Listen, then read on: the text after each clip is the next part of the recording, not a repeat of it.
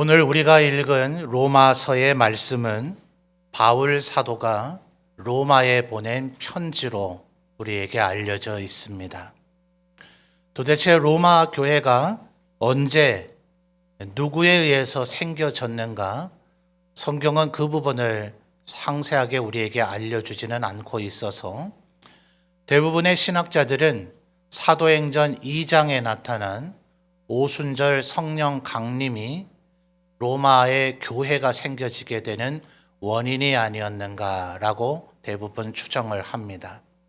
사도행전 2장을 보면 바로 그 오순절 때에 예루살렘으로 전 세계 약 17개 지역에서 유대인들과 또 유대교에 입교한 사람들이 예루살렘에 올라왔다가 성령에 충만한 사도들을 비롯한 그리스도인들의 그 모습을 보고 그들은 그곳에서 예수님을 영접하게 되어집니다. 그 17군데의 지역 사람들 가운데 로마에서 온 이들이라고 정확히 사도행전 2장에 표현이 되어져 있기 때문에 바로 이들로 인해서 아마 로마의 교회가 생겨진 것 같다. 거의 대부분의 신학자들이 그렇게 이해를 합니다. 그러나 그들에게 과연 어떤 지도자가 있었는지, 그들의 신앙이 계속해서 어떻게 성장해 가고 있었는지는 성경이 더 상세히 알려주고 있지는 않습니다. 그래서 그 오순절 성령 강림 때로부터 이 로마서 편지가 기록됐을 때까지는 약 20년 이상의 세월이 있었을 것이라고 보게 되는데, 로마서 1장을 보면 이미 복음을 들어서 알고 있는 너희들, 로마인 너희들에 대한 소문을 내가 들었는데 이미 너희들이 복음을 들어서 알고 있다 하기는 하지만 너희들에게 보다 정확한 복음을 내가 알려주고 싶다라고 바울 사도의 집필 동기를 밝혀주고 있습니다. 특별히 오늘 우리가 읽은 이 로마서 5장의 1절에서 5절까지의 말씀은 현재 예수님을 믿고 있는 바로 로마인들이 어떤 형편에 처해 있는가 하는 것을 선명하게 설명해 주는 말씀인데, 어쩌면 이것은 오늘 우리에게도 그대로 적용될 수 있는 말씀이라고 생각이 되어집니다. 우리들도 어쩌면 로마인처럼 언제 어떻게 예수님을 믿게 됐는지 정확하게 알기란 어렵죠. 흔히 우리는 성경에서 바울 사도가 다메섹 도상에서 예수 그리스도를 만났기 때문에 그런 경우처럼 우리 모두가 예수님을 믿고 영접하는 선명한 그 어떤 순간이 있을 것 같지만, 보다 대부분의 사람들은 사실은 언제 어떤 순간에 극적으로 내가 예수님을 믿게 됐는지 확인하기가 어렵습니다. 예컨대 디모데 같은 경우 어려서부터 외할머니와 어머니를 통해서 하나님의 말씀을 익히 배워왔고, 바울 사도가 그를 만났을 때 이미 이고니온과 루스드라 지역의 사람들에게 착한 사람이라고 칭찬을 받고 있었는데, 도대체 그는 언제부터 예수님을 믿는 자가 됐단 말입니까? 또 사도행전의 아볼로 같은 이도 알렉산드리아에서 태어나서 일찍부터 주의 도를 알았다. 그렇게 성경은 얘기해 주고 있지만 브리스길라와 아굴라를 만나서 성령님에 대한 것들을 이제 더 확실히 알게 됩니다. 그러면 아볼로는 도대체 언제부터 예수님을 믿게 됐단 말입니까? 선명하게 알기가 어렵습니다. 그래서 현대의 구원파라 우리가 보통 통칭하는 이단들은 우리에게 육신의 생일이 있듯이 당신이 영적으로 거듭나고 예수 믿게 된 그 날이 언제냐? 이걸 모르면 구원받는 것이 아니다. 이렇게 주장을 하고, 또 다른 쪽에 교리에 문제가 있기 때문에 그들이 이단이라 정죄가 된 것입니다. 그렇게 구원받은 그 날이 도대체 언제냐? 이걸 집요하게 자꾸 고집을 부려서 그들을 구원파라 이렇게 불려지게 된 것이에요. 어쩌면 이 자리에 있는 우리 모두도 로마인들처럼 분명히 지금 복음을 받기는 했는데 언제 어떻게 예수님을 믿고 있는지, 또 여러분의 신앙의 현재의 상태가 어떤지 오직 하나님과 여러분만 아시지 목사인 저도 정확하게 진단하고 있다고 말하기는 쉽지 않은 일입니다. 그러므로 오늘 이 로마서 5장 1절에서 5절까지 이미 복음을 들었던 로마에 있는 그리스도인들이 현재 어떠한 위치에 있는가 하는 것은 오늘 우리가 어떠한 위치에 있는가를 이해할 수 있는 아주 유익한 말씀이라 할 것입니다. 자, 구체적으로 한번 살펴보죠. 1절과 2절 말씀을 보면 현재의 이 로마인들 또 오늘의 우리들이 과거에서는 어떤 일이 일어났고 또 현재는 어떤 일이 일어나고 있으며 또 우리의 미래에는 어떤 일이 일어날 것인지 1, 2절을 잘 살펴보시면 여러 동사들이 나타나는데 과거형과 현재형, 미래형들이 산재되어져 있습니다. 이걸 정리해 보면 이미 우리는 과거에 이런 일이 우리에게 일어났고 오늘 현재 이런 일이 우리에게 일어나고 있으며 앞으로 우리에게 이런 일이 일어날 것이라는 것을 알 수가 있습니다. 자, 1절부터 한번 살펴보지요.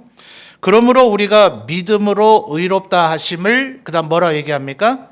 받았으니 라고 기록하고 있죠. 자, 받았으니 라고 했으니 이것은 과거형입니까? 현재형입니까? 미래형입니까? 과거형이죠. 그러니까 현재의 로마인들이나 혹은 오늘 우리가 이미 믿음으로 의롭다 하심을 받았단 말이에요. 자, 또 다른 과거형을 찾기 위해서 2절로 넘어가 보죠. 2절 같이 보겠습니다. 또한 그로 말미암아 우리가 믿음으로 서 있는 이 은혜에 들어감을 또 뭐라 하죠? 얻었으며 이 또한 어느 형이에요? 과거형이죠. 자, 그러니까 1절과 2절에 같은 과거형으로 되어 있는 그 표현이 거의 흡사하죠. 1절에 뭐라 했습니까? 믿음으로 의롭다 하심을 받았으니 2절에는요. 믿음으로 서 있는 이 은혜에 들어감을 얻었으며 그러니까 우리에게 이미 과거에 벌어진 일은 뭡니까? 믿음이 우리에게 주어져서 그 은혜로 말미암아 우리가 의롭다함을 받았다 하는 것입니다. 그러면 현재 우리는 현재적으로는 어떤 일이 일어나고 있는가? 다시 1절로 거슬러 가보죠. 받았으니까지 우리가 읽었는데 그 뒤에 있는 부분 우리 주부터 우리 성도님들이 한번 읽어주십시오. 시작.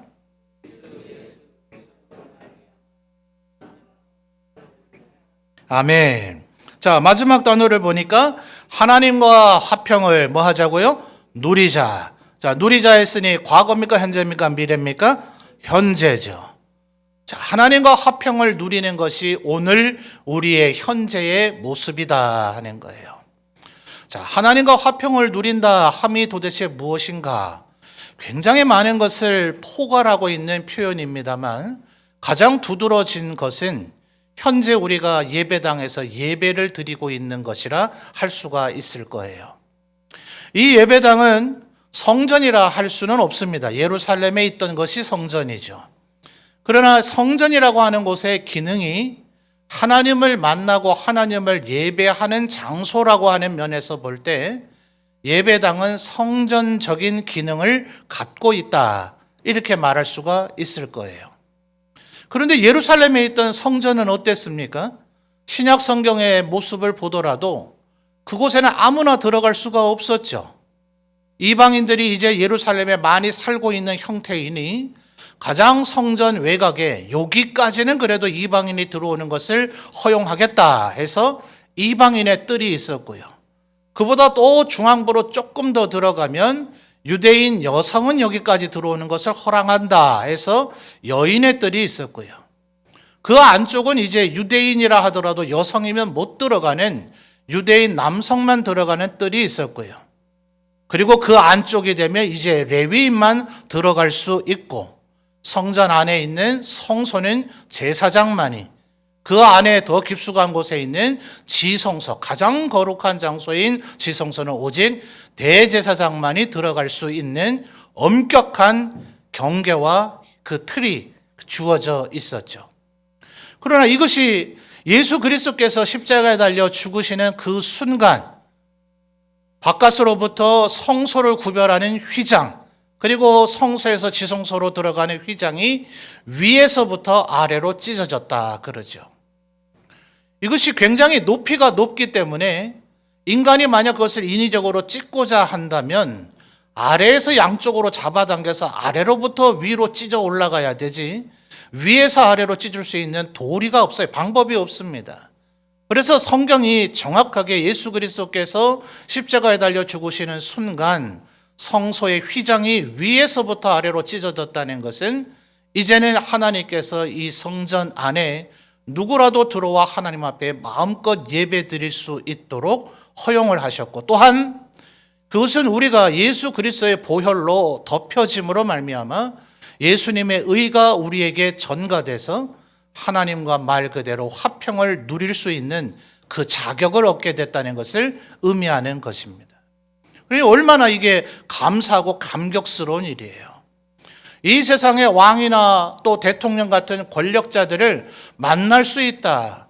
요즘은 용산입니까? 용산 집무실로 가서 내가 만나도록 예약이 잡혔다. 이러면 굉장한 기쁨이고 뭔가 내 어떤 문제도 해결할 수 있는 기회이지 않겠어요?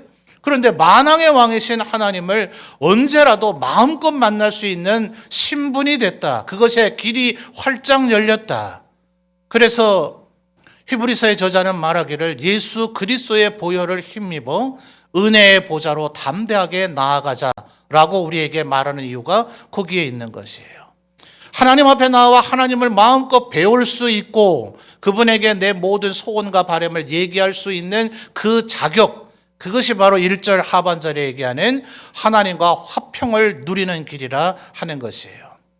또 다른 대표적인 하나가 뭡니까? 바로 우리가 하나님 앞에 직접 마음껏 기도할 수 있다는 거죠. 로마 캐톨릭인들은 생각하기를 우리 성도들은 평신도라, 이 평신도란 말은 사실은 굉장히 원래의 출발은 모욕적인 의미였습니다. 노동자들이라는 의미도 있고 배우지 못한 자들이라는 의미도 있고 아주 낮은 신분에 있는 사람들이라는 의미가 있어서 너희들은 감히 하나님 앞에 나아가지 못한다. 우리 신부 사제들에게 하나님께 말할 것을 말해서 우리가 대신 하나님께 말해 드려야 된다라는 것이 로마 캐톨릭의 사고였다면, 루터는 주창하기를 베드로전서 2장 9절에서 기록된 것처럼 하나님께서는 우리 하나님의 백성들이 모두 다 왕 같은 제사장이라 하셨다. 바로 이 성소 휘장이 찢어져서 우리들 모두 다가 마치 아론의 후손인 제사장들과 같은 자격을 얻게 돼서 하나님의 은혜의 보좌 앞에 마음껏 나와 우리의 모든 소원과 바람을 얘기할 수 있는 은혜를 누리게 되었다는 것을 의미하는 거예요. 바로 1절 하반절에 현재 우리가 하나님과 화평을 누린다 하는 것은 바로 이와 같은 의미입니다. 여러분, 어찌 이것뿐이겠습니까? 우리가 하나님을 예배할 수 있고 하나님 앞에 우리의 바람과 소원을 기도로서 아뢰할 수 있다면 그 외에 이 세상을 현재 우리가 살아가면서 누릴 수 있는 은혜가 얼마나 많겠어요. 자, 마지막 한 가지 미래형을 찾아봐야 되겠죠. 자, 2절 말씀인데요. 2절 전체를 여러분이 다시 한번 읽어주시죠. 시작.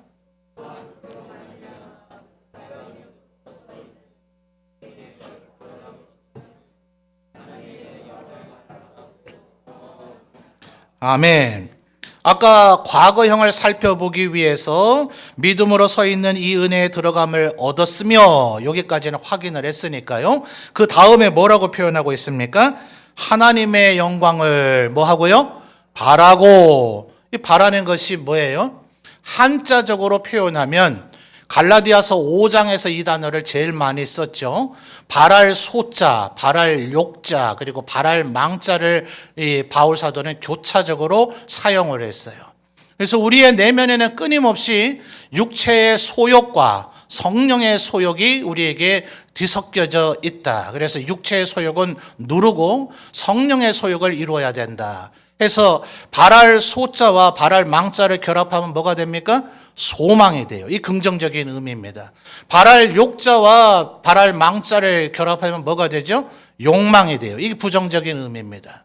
우리의 육체는 끊임없이 욕망을 이루고자 하겠지만 그 모든 것은 다 제거해버리고 오직 성령께서 주시는 바램, 소망을 이루어야 된다. 그래서 지금 2절 하반절에는 비록 바라고라는 단어로 번역이 되어 있지만 이것이 바로 소망을 의미하는 것이며 이것이 우리가 미래를 향해 나아가는 길입니다.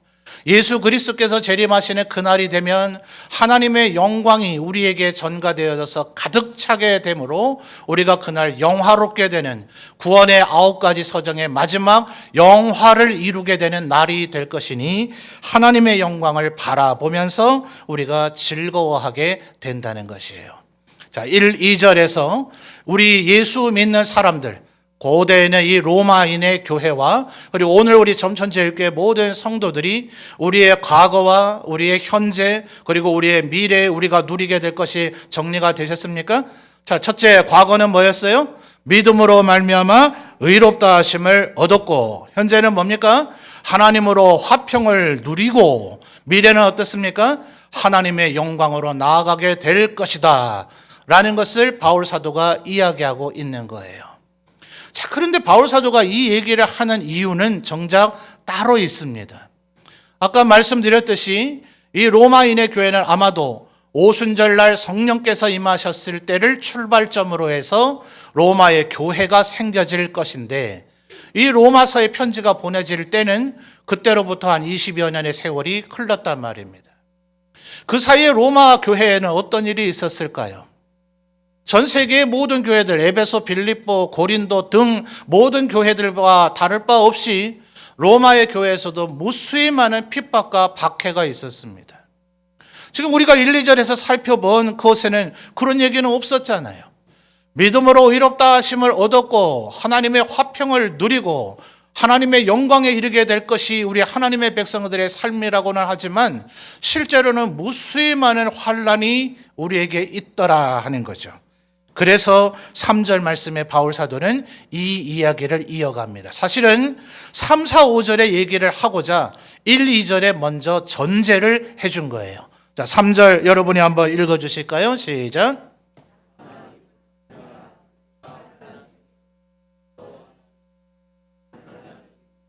아멘. 자, 2절 하반절의 마지막 단어가 뭐였습니까? 즐거워하느니라. 3절 중간에도 즐거워하나니가 나오죠. 맞습니까? 그런데 2절에서는 하나님의 영광을 바라면 누구라도 즐겁지 않겠습니까? 내가 하나님의 그 영광된 수준처럼 내가 영광스럽게 된다. 와, 이건 정말 상상만 해도 감당키 어려움 아니에요? 나 같은 자가 하나님의 영광스러움처럼 영화롭게 된다고? 이건 뭐 상상만 해도 정말 즐겁지 않으면 오히려 이상할 거예요. 그런데 3절에 보니 이뿐 아니라 우리가 환난 중에도 즐거워해야 된대요. 여기서 우리의 장벽이 부딪히지 않습니까? 이게 바로 로마인들에게 있었을 고민일 것이고 오늘 우리 성도들에게도 있을 고민일 것이기 때문에 바울 사도가 지금 이 이야기를 하는 겁니다. 환난을 즐거워하래요. 도대체 누가 이렇게 할 수가 있단 말입니까? 그런데 야고보서 1장을 가보면 야고보 사도도 똑같은 이야기를 합니다. 자, 우리 눈으로 한번 확인해 보죠. 야고보서 1장으로 가보겠습니다.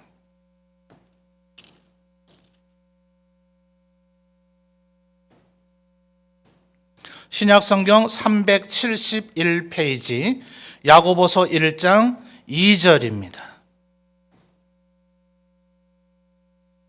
앞에 스크린에도 나옵니다. 여러분 1장 2절과 3절 이어서 읽어주세요. 시작.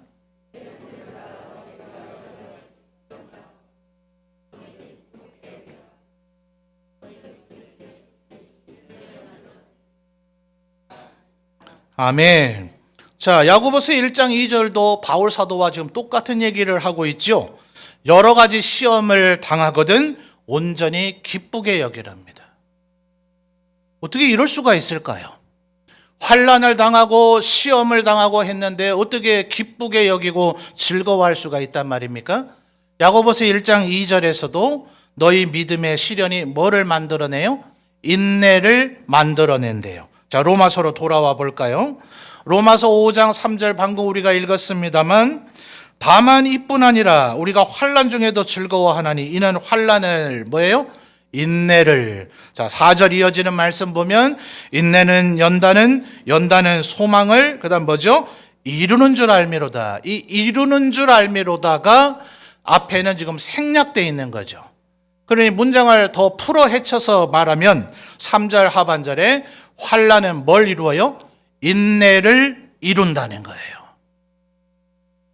자, 바울 사도가 지금 생각할 때에 우리 예수 믿는 하나님의 백성들의 삶이 지금 하나님과 더불어 화평만 누리는 삶이었다면 굳이 이런 권면을 할 필요가 없을 거예요. 우리는 지금 이 세상을 살아가면서 하나님과 더불어 하나님께서 주시는 은혜로 말미암아 하나님과 화평을 누리지만 동시에 환난을 또한 겪으면서 살아가고 있거든요. 그런데 그걸 즐거워하라니요. 더 나아가서 그것을 인내하라니요. 아니 물론 견딜 수 없는 환난이 닥치면 인내하는 거 외에 우리가 할 수 있는 게 도대체 뭐가 있겠습니까? 만약 환난이나 어려움, 시련이 우리에게 닥쳐왔을 때 우리가 해결할 수 있는 수준의 영역이라면 인내하고 있을 필요도 없죠. 그냥 해결해버리면 되잖아요. 환난 해결해버리고 문제 해결해버리고 시련 해결해버리면 되잖아요. 근데 어떤 환난이나 시련은 우리가 도무지 해결할 수가 없죠. 그러면 피해갈 방법도 없으니 결국 우리에게 남은 것은 어차피 인내밖에 없습니다. 그냥 견디는 거죠. 그냥 버티는 것밖에 없어요. 근데 그게 과연 즐거움이 됩니까? 그게 과연 우리를 기쁘게 합니까? 사실은 우리 인간의 모든 삶의 괴로움과 슬픔은 바로 이런 환난을 우리가 어쩔 수 없이 견뎌내고 인내해야 되는 이 상황 때문에 벌어지고 있는 거 아닌가요? 그런데 어떻게 바울 사도는 여기에서 2절과 3절에 지금 같은 단어를 쓰고 있다는 걸 주목할 필요가 있어요. 하나님의 영광을 바라고 즐거워한다. 마지막 날 예수님이 오시면 우리가 하나님의 영화로운 수준처럼 영화롭게 될 때에 즐거워하는 것처럼 지금 환난을 당할 때도 즐거워할 수 있는 것이 우리 기독교의 신앙이다. 이게 어떻게 이해가 되냐고요.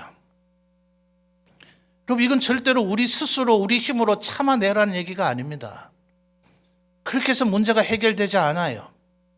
잠깐은 견뎌내는 것 같지요.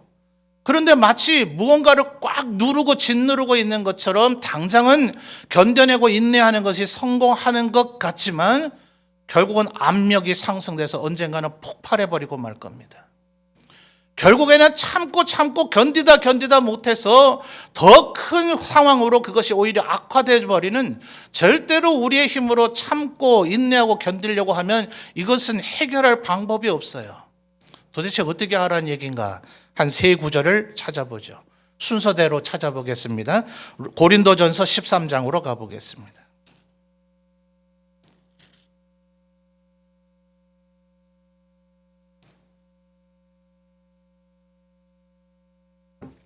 고린도전서 13장 4절입니다. 앞에 스크린에도 나옵니다. 읽어주십시오. 고린도전서 13장 4절 시작.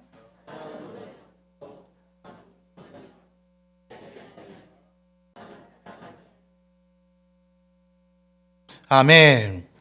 자, 고린도전서 13장은 앞에 있는 12장의 7절부터 바울 사도가 성령의 은사를 설명해 주고 있습니다. 성령으로 말미암아 어떤 사람은 지혜가 넘쳐나고 어떤 이는 지식이 넘쳐나고 심지어 어떤 이는 병을 고칠 수도 있고 능력을 행할 수도 있는데 이런 모든 은사들은 모두에게 주어지는 것들은 아니다라고 하면서 12장 31절에 아주 중요한 얘기를 하죠. 고린도전서 12장 31절을 보면 너희는 더욱 큰 은사를 사모하라고 하면서 이 고린도전서 13장에서 사랑을 얘기하죠. 그러니 지금 12장 31절에 더욱 큰 은사, 제일 되는 은사, 가장 강력한 하나님으로부터 주어지는 은사는 뭐라는 겁니까? 사랑이라는 거예요. 그 사랑을 지금 13장 4절에서부터 7절까지 보다 상세하게 설명을 해주고 있는데 방금 여러분이 읽었던 13장 4절에 사랑을 부연 설명하면서 제일 첫째로 거론하고 있는 게 뭐예요? 사랑은 오래 참고. 그러니 여러분 이제 해답이 좀 풀리기 시작합니까? 우리가 참고 견디고 인내하려고 하면 환난을 이겨낼 길이 없어요. 그 환난은 괴롭고 힘들고 어려운 것이며 그렇게 내 힘으로 참아내려고 하다가는 결국 폭발해버리고 쓰러져버리고 말 겁니다. 하나님께서 사랑의 은사를 우리에게 부어주시면 그 사랑은 오래 참는 것을 가능하게 한다 라고 지금 바울 사도가 이야기하고 있어요. 갈라디아서 5장 22절 23절로 가보겠습니다. 더 뒤로 가야 되죠. 갈라디아서 5장 22절 23절입니다. 앞에 스크린에 이미 나옵니다. 읽어주세요. 시작.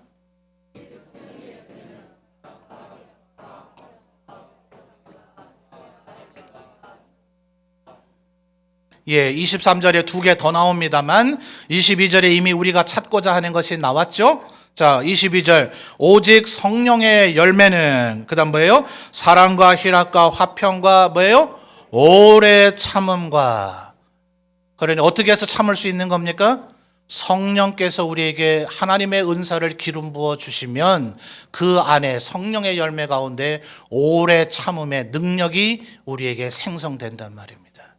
그러면 우리는 환난을 즐거워할 수가 있어요. 그래서 성령의 열매 가운데 다시 22절을 갈라디아서 5장 22절을 주목해서 보시면 오직 성령의 열매는 사랑과 두 번째가 뭡니까? 희락과. 이 희락이 바로 로마서 지금 5장 2절과 3절에서 바울 사도가 계속 거론하고 있는 즐거움입니다. 우리가 환난 가운데서도 즐거워할 수 있는 원동력이 뭔가? 우리에게는 그 힘은 없다. 그러나 이미 믿음을 주신 하나님께서 지금 우리와 화평을 누리게 하시는 그 하나님께서 우리에게 성령을 기름 부어 주시고 성령의 은사를 우리에게 주시면 그 모든 환난도 능히 이겨낼 수 있고 오히려 즐거워할 수 있는 영역에 이르게 될 것이다 하는 거예요. 이것이 바로 우리 기독교 신앙의 진수다. 하나님을 믿고 그 성령님을 의지하라. 그러면 이 세상에서 환난도 이겨낼 수가 있을 것이다. 한 군데만 더 확인해 보죠. 더 뒤로 가서 베드로후서 1장입니다.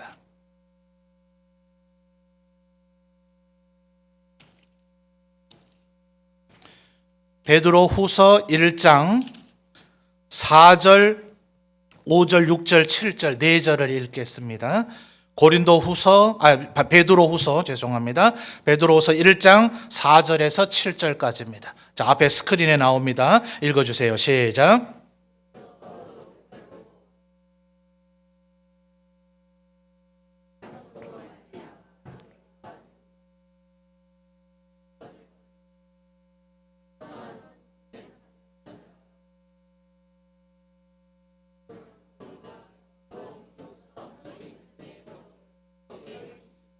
지식의 절제를, 절제의 인내를, 인내의 경건을, 거기까지만 보겠습니다. 자, 4절 하반절을 보시면 신성한 성품이라고 하는 단어를 찾으셨습니까? 예전 개역 성경은 이것을 신의 성품이라고 번역을 했어요. 하나님에게 원래 있던 속성을 하나님께서 우리를 하나님의 모양과 형상으로 창세기 1장을 보니 그렇게 만드셨다 하죠. 그래서 하나님에게 있던 그 성품이 우리 인간에게 주어졌어요. 물론 하나님처럼 절대적이고 하나님처럼 영원하진 않아요. 우리 사랑하죠?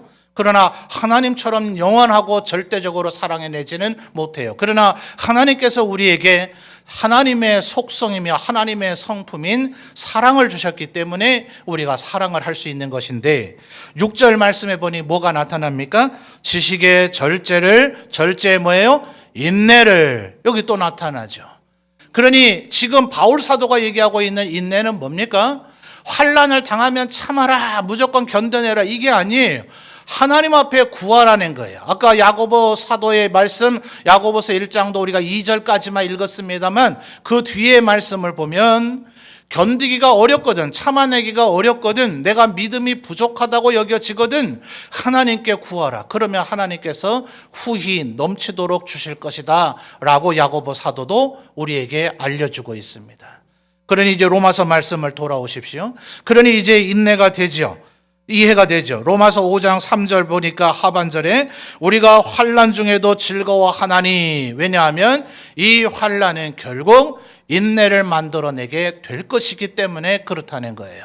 4절이 이어지는 말씀을 보니까 인내는 뭘 이룬다고요? 연단이요, 연단. 제가 이 연단이라는 단어를 우리 성도님들께 이미 여러 차례 설명한 바가 있습니다만 가끔 아주 무술, 태권도 고유단자라든지 공수특전단 같은 아주 특수훈련으로 연단된 사람들이 가끔 보면 주먹이나 이마로 돌이나 얼음 덩어리들을 깨트리는 것을 보게 됩니다. 이게 일반 물리학자나 의학자들이 볼 때는 이해가 안 되는 현상이에요. 사람의 뼈의 구조를 보면 그 뼈의 강도가 돌이나 얼음의 강도보다 약하거든요. 그러면 물리학이나 의학적인 결론으로는 사람의 뼈로서 얼음이나 돌을 치면 사람의 뼈가 부러져야 정상이에요. 그런데 왜 그 사람들은 그것이 가능한가?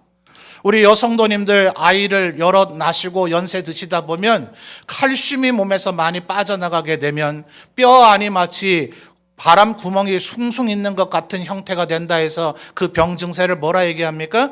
골다공증이라 이렇게 얘기를 하죠. 그 반대 현상이 가능하다는 거예요. 계속해서 연단을 하게 되면 이 뼈 안에 소위 골밀도라고 하는 것이 있는데 자꾸 연단을 하면 이 골밀도가 조밀해져서 평균적인 뼈의 강도하고는 비교할 수도 없는 뼈의 강도가 이루어져서 실제로 그와 같은 연단을 한 무술 연단한 사람들이나 군대 특수부대 연단한 사람들의 뼈의 밀도를 측정을 해보면 얼음과 돌을 깨트릴 수 있는 강도로 변해 있더라는 거예요. 이게 바로 연단의 의미입니다. 자, 그러니 다시 3절과 로마서 5장 3절과 4절을 다시 보십시오. 절대로 우리 힘으로 하라는 얘기가 아닙니다. 환난이 인내를 우리에게 이르게 하고 이 인내가 하나님께서 주시는 인내이기 때문에 결국은 연단을 이루게 돼서 그 연단이 뭘 이루어요? 소망을 이루게 되기 때문에 2절 하반절에 뭐라 그랬어요? 하나님의 영광을 바라고를 소망으로 바꿔보세요. 하나님의 영광을 소망하니 즐거워하게 되는 거예요. 그래서 오늘 우리가 환난을 만날지라도 즐거워할 수 있는 힘이 우리에게 생기는 겁니다. 그래서 5절에 바울 사도는 마지막으로 이렇게 권면합니다. 5절 여러분이 읽어주십시오. 시작.